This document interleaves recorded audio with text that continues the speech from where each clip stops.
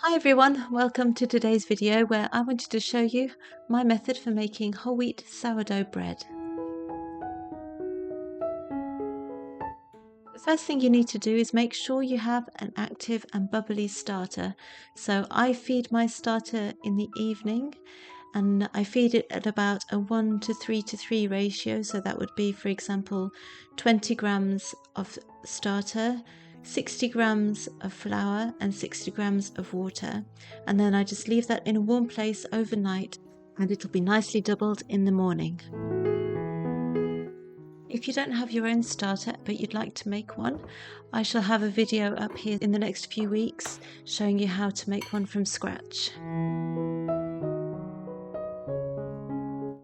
So I start by adding 120 grams of active and bubbly starter to a large bowl. Then on top of that I pour in 350 milliliters of warm water. Then I add 500 grams of whole wheat flour. So this is French flour, and the French have a different system of naming and categorizing their flours. So this is T110 flour. It is not the most whole grain you can get. You can also get a T150 flour, which is even darker. But I like to use this one because it has a light flavor, a light texture, but it also has all of the benefits of whole wheat flour.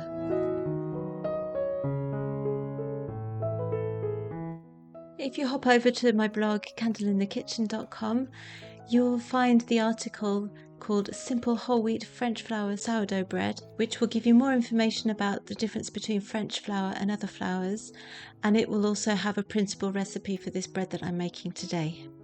I will put a link to that article in the description box below. So as you can see, I mixed up the flour, the starter and the water by hand, and I just scraped the edges of the bowl down. Normally I would have put the salt in at the same time as the flour, but I forgot to do that today. Wouldn't you know, I was recording a video and I forgot the salt. So I'm doing the salt after about half an hour. I mixed it with a little bit of water just to help it mix in better and poured it over the top, and I'm just mixing it in by hand really thoroughly to make sure that the salt is evenly distributed. I'm also taking this opportunity to do the first set of stretch and folds. So you can see I take part of the dough, pull it up and then place it in the middle of the dough again.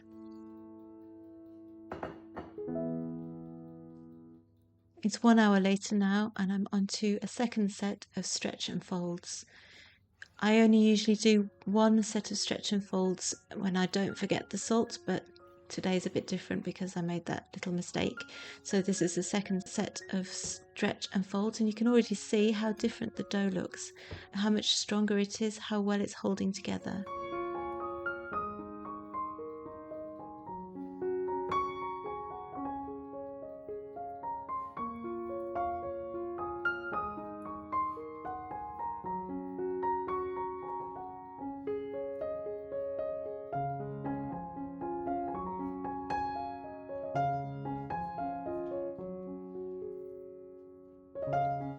This part of the sourdough process is called laminating, and if I were to be adding grains or nuts, I would be doing it at this point.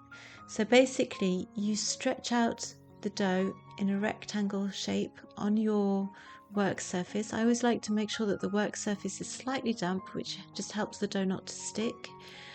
Then you fold over the top third into the middle, the bottom third into the middle, the left hand third into the middle, the right hand third into the middle, and you end up with a nicely formed envelope of dough, which is then going to keep a nice shape for the following folds.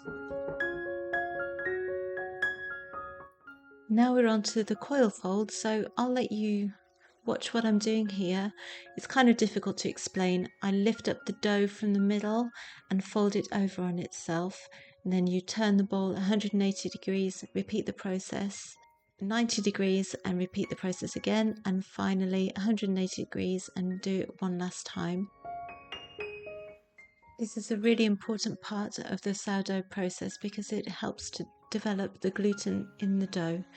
The gluten is what traps the air in the dough when it's rising and baking, and it's what will give your bread a really good texture at the end.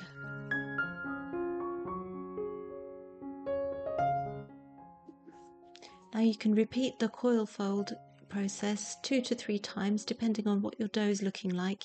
If it's already pretty stiff and firm, you probably only need to do it twice. If it still needs a bit more strength adding to it, you might need to do it 3 times. So just be aware of what your dough looks like, how it acts when it's being handled.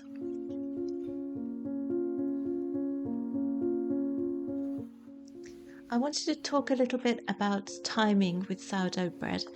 A lot of people think that you have to be in the kitchen every 30 minutes stretching and folding or doing coil folds, but I tend to be a bit more flexible.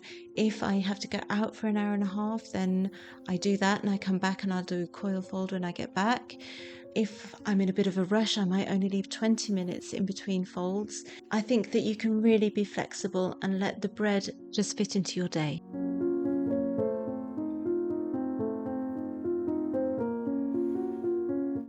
And you can see with the timestamps that I've put on the screen that sometimes I've left it an hour, sometimes I've left it 50 minutes, sometimes it's been 30 minutes. It just really depended on what was going on that particular day.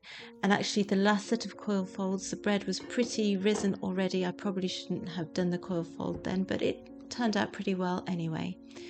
So this is 2 hours of bulk fermentation without any coil folding later.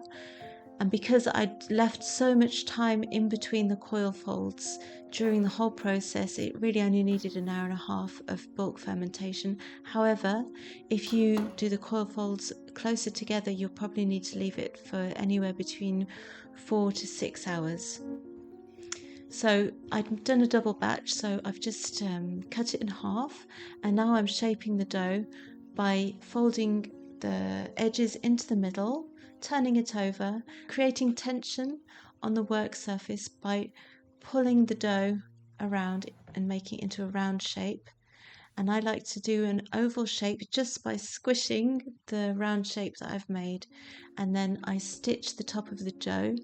And I've learnt recently that it's a lot easier to stitch the top of the dough if you leave it for a good 5 minutes just on the work surface without touching it. The dough will be a lot more relaxed and you'll be able to stitch it more easily.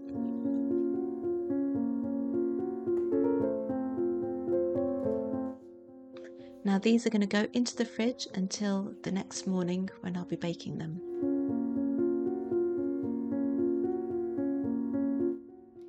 I've preheated the oven to 230 degrees Celsius with a saucepan in the bottom, and you'll see why in a minute. Now I'm just putting the bread onto the baking sheet and I'm going to do a little bit of scoring. You can do whatever pattern you like with scoring, but it's important to have at least one deep, large score so that the air can escape from the bread, otherwise you'll end up with a very uneven loaf. I've just sprinkled a little bit of flour on the top so that the scoring pattern that I'm going to do will be nice and defined.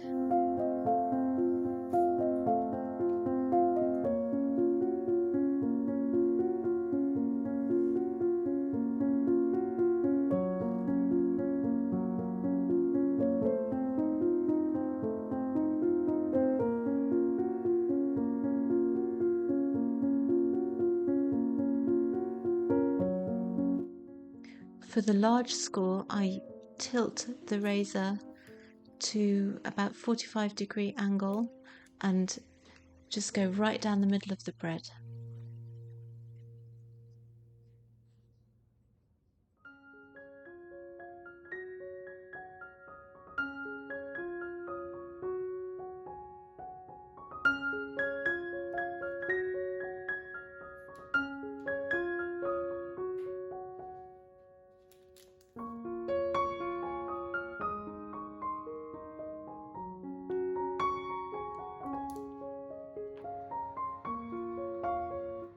Now I've placed the bread in the oven and I'm going to pour some boiling water into the saucepan that's been preheating. I let it bake for 20 minutes with the steam from the saucepan. and then I take the saucepan out and leave the bread in the oven for another 10 minutes.